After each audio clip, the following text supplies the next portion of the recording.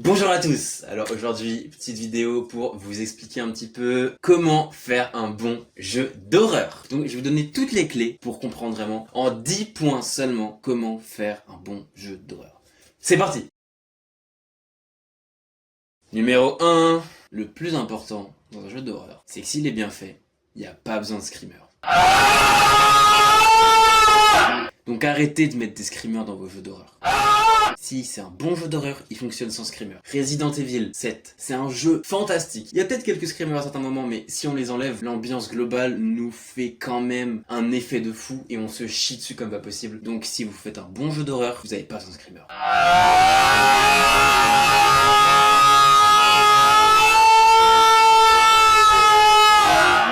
Numéro 2, le point très important, c'est la lumière. Il faut vraiment bien réussir à gérer tout ce qui est ambiance lumineuse avec cette petite LED au fond qui clignote et qui attire notre œil. Parce que ça peut aussi guider le personnage dans ce dédale. Aussi, donc ne pas trop en mettre pour créer une ambiance pesante qui fait peur, mais en mettre quand même un petit peu parce que sinon on voit rien, c'est moche, c'est trop chiant. Donc il faut bien gérer ce paramètre qui est très fort et que si on arrive à vraiment bien le maîtriser, on a un jeu qui sera magnifique. Parce que si on a une lumière magnifique, c'est pas grave si nos designs sont pas si ouf, ça se compense. Tu l'enlèves et tu remets le filtre lumière, c'est même pas censé être le même jeu, tellement ça change tout en fait. Ça rajoute vraiment un truc, une couche de réalisme, une couche de cohérence visuelle, et c'est vraiment incroyable. Numéro 3. On reste dans le même principe, c'est la couleur. Donc la couleur, au même titre que la lumière, elle doit être vraiment très bien gérée. On doit comprendre avant de faire un jeu quelle ambiance on veut lui donner. Il faut identifier quel type de jeu on veut, si c'est un jeu cartoon, un jeu joyeux, un jeu triste, un jeu tendu, et adapter la colorimétrie en fonction. Par exemple, dans un jeu d'horreur, ce qu'on va faire en général, c'est donner un fort contraste. Par exemple, quelque chose de très sombre avec un élément jaune. Par exemple, Little Nightmare le fait très bien avec la protagoniste Six qui a un imperméable jaune très vif, très pétant, qui l'identifie directement, donc on le voit dans l'image, mais tout le reste est très fade. Donc ça rajoute vraiment quelque chose. La couleur, s'il est bien géré, au même titre que la lumière, ça va tout changer. Si vous faites un jeu d'horreur avec des couleurs très flashy, ça va pas marcher, personne va y croire, personne va avoir vraiment peur dedans. Même si vous faites des monstres incroyables, des courses-poursuites de fou, si l'ambiance de la couleur ne fonctionne pas, ça marchera pas, ça aura beaucoup plus de difficultés. Donc il faut comprendre quel type de jeu on veut faire, et une fois qu'on l'a identifié, y aller à fond. Donc pour un jeu d'horreur, il faut vraiment quelque chose de très sombre, une ambiance très fade, qui est plus dans les tons bruns, noirs, etc. Vous prenez le gameplay de Little Nightmare, vous le regardez, et vous analysez pourquoi ils ont mis cette couleur-là, comment ça fait ça, et à ce moment-là, vous aurez toutes les clés pour comprendre la couleur. Numéro 4. La musique. La musique est certainement le point le plus important dans un jeu vidéo. Quand ce point est mal géré, on le ressent tout de suite et ça donne un effet mal maîtrisé, un effet très bancal, un effet très amateur. Si on gère bien la musique, on a tout gagné. Le sound design rentre dans cette catégorie aussi, je les mélange un petit peu. Je vais vous donner un exemple tout bête. Imaginons qu'il y a une course-poursuite extrêmement tendue entre vous et un personnage gigantesque qui vous poursuit. Si maintenant je mets une musique toute gentille, comme quand on est en train d'explorer les plaines dans Minecraft, bah vous y croyez pas du tout. Vous te dites je vais cueillir des pâquerettes, c'est marrant. Alors que si vous mettez la musique de Outlast quand vous êtes pourchassé par le docteur dans le 1,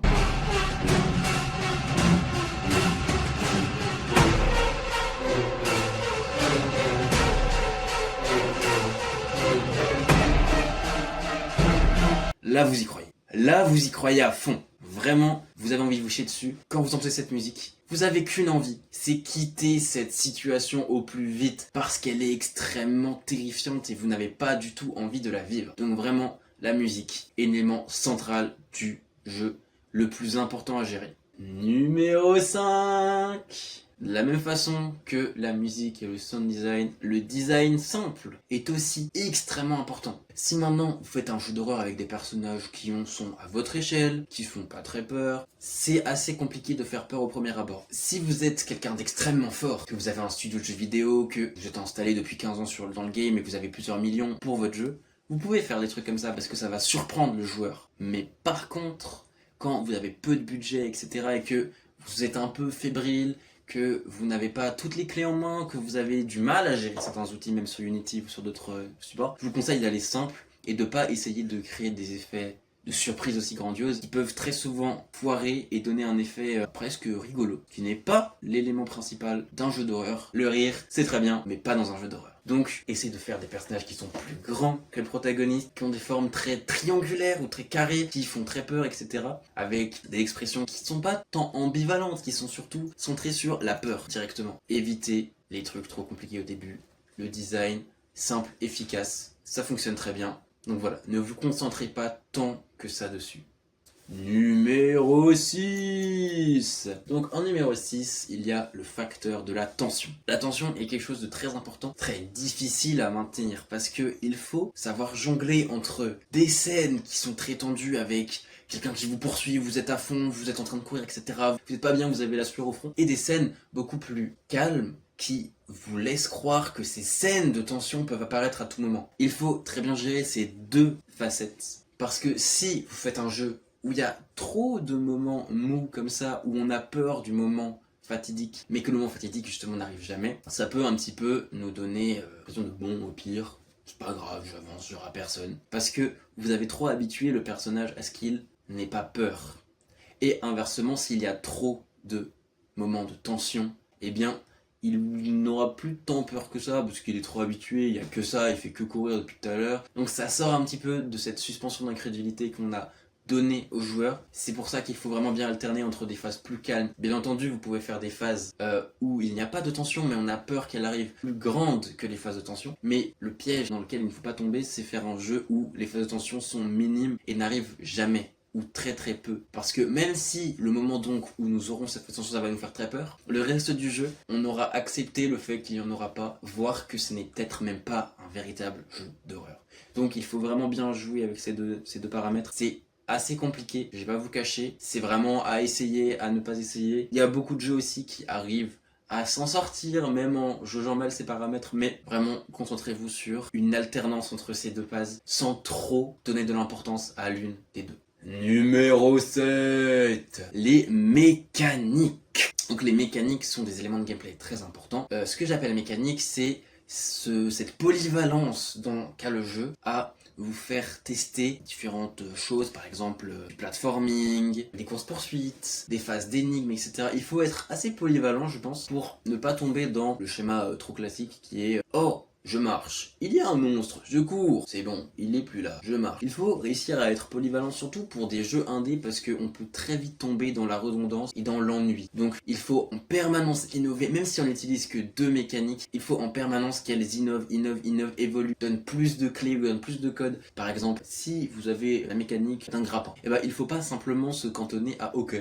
il a le mécanique du grappin, on va rendre plus difficile certaines choses du grappin. Vous pouvez aussi améliorer le grappin, le changer, faire que maintenant il n'a plus un grappin, mais il y en a deux, par exemple dans Zelda, Twilight Princess par exemple, où la première partie du jeu se fait avec un seul grappin, où on peut simplement s'accrocher et on tombe directement, puis la deuxième partie du jeu, après le temple céleste, où nous avons deux grappins et donc nous pouvons rester accrochés à un mur et relancer son grappin, ce qui est très malin. C'est pas le premier jeu à l'avoir fait des jeux Zelda bien sûr, mais c'est l'exemple qui me parle le plus. Toujours innover dans ces mécaniques et ne jamais laisser le joueur le temps de s'ennuyer ou de tomber dans une certaine redondance. Il faut toujours le surprendre et qu'il n'ait même plus l'impression de jouer à un jeu vidéo et que d'un coup il joue 3 heures et d'un coup il se dit putain, il est déjà 23h30. Ça, c'est vraiment ce qui est important. Numéro 8. En numéro 8, il y aura donc le système du gunpowder. Donc qu'est-ce que c'est le système du gunpowder? Eh bien c'est donner trop cette capacité à un joueur à pouvoir se défendre dans un jeu d'horreur. Les jeux Resident Evil malheureusement tombent trop souvent actuellement je trouve dans cette erreur. Je trouve ça très dommage de donner trop la capacité de pouvoir se défendre et de tirer à quelqu'un. Par exemple, pour moi les deux opposés à ce point sont les jeux Outlast et Resident Evil. Outlast ne donne rien.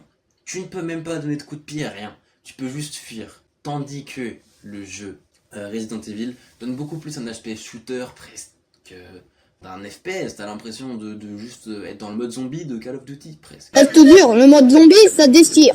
Et je trouve que c'est plutôt dommage, surtout pour les jeux indés, de donner trop de gunpowder parce que ça rassure trop le personnage. Même moi quand je jouais à Outlast, je me disais pourquoi j'ai pas un petit pistolet même tout nul. Mais si nous n'avons pas de pistolet, c'est parce que justement ça nous rassure. Même s'il ne sert pas tant que ça, c'est un peu un truc où on peut se dire ah au pire, j'ai mon petit pistolet, je peux tenter, nanana.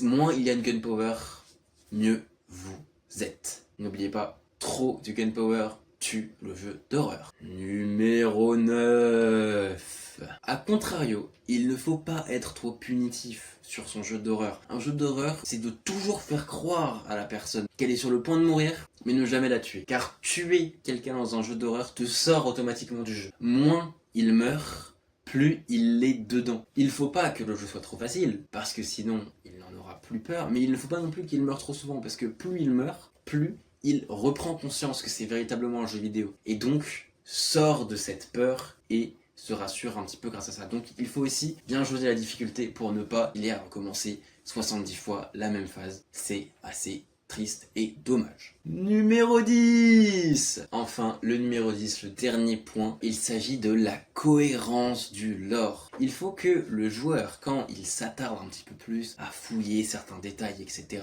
il soit subjugué. Il ne faut pas que il ait l'impression de se dire mais pourquoi c'est comme ça n'a aucun sens, c'est complètement con. Il peut ne pas comprendre certaines choses, mais il ne doit pas être interloqué du style ça n'a rien à faire là ça, pourquoi il y a ça. Il ne faut jamais qu'il soit déçu et circonspect de la situation. Il peut être intrigué, il peut être complètement perdu, complètement déboussolé, mais il ne faut surtout pas qu'il ait l'impression de jouer à un jeu qui a un lore bâclé. Si vous faites le choix de faire un lore, il faut qu'il soit cohérent et fort. Vous pouvez très bien faire un jeu avec très peu de lore dans un jeu d'horreur, mais le peu que vous en faites, il faut qu'il soit cohérent. Peu importe la quantité, l'important c'est la cohérence. Donc voilà, j'espère que ces 10 points vous auront aidé à créer un bon jeu d'horreur. C'est pour ma part ce que je ferais si je voulais faire un bon jeu d'horreur. C'est ces 10 points que je respecterai. Bien sûr, ce n'est pas une liste exhaustive, il existe encore des cinquantaines, centaines de paramètres à prendre en compte, mais c'est déjà les paramètres principaux, et si vous les respectez, vous aurez déjà un jeu